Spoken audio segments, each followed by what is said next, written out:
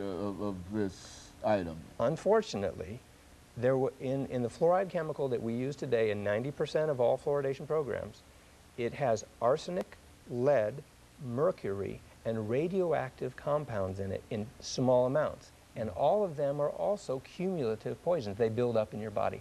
So this is big news. I don't know how you feel about your body being the final resting place of the toxic discharges of industry. As a public health professional, I'm not real thrilled at it. Then something else came up. In the year 2000, well, let's back up. When we first started fluoridating, adding this chemical to our water, we said, the reason is kids will swallow it. Your body will use it inside to build strong, cavity-resistant teeth. But then in the year 2000, we found out that it doesn't work that way.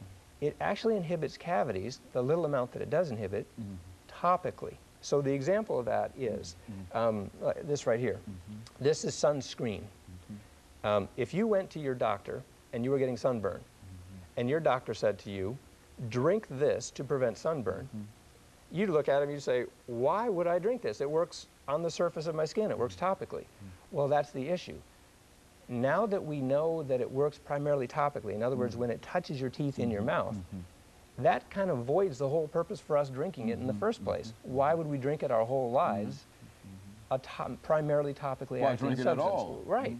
And see, the thing is, when we find out about all the other risks, the health risks, and you weigh the limited cavity prevention versus all the other risks, you would probably do what most of the rest of the world has done. Places like Germany, China, Belgium, 98% of Western Europe, they reject water fluoridation. And guess what? Their cavity rates are as good or better than ours.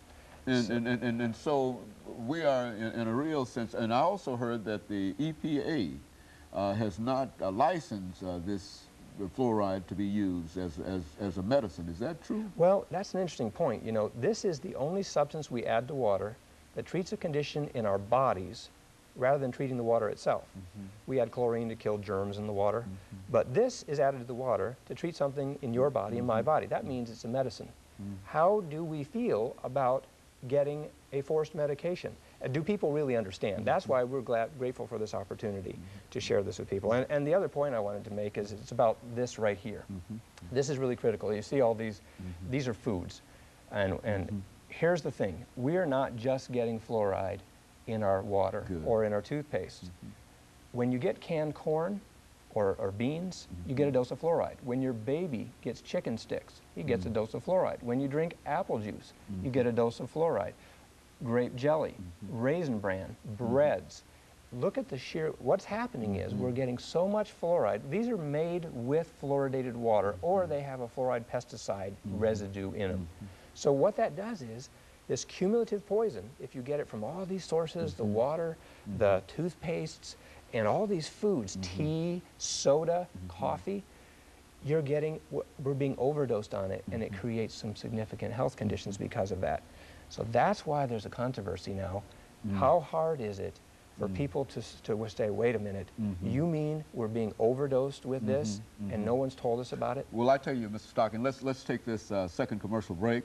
And when we come back, we'll give you an opportunity to talk about some of the health effects and the health impact that this is having upon the American people. And of course, we'll be back with our audience following this very, very short commercial break.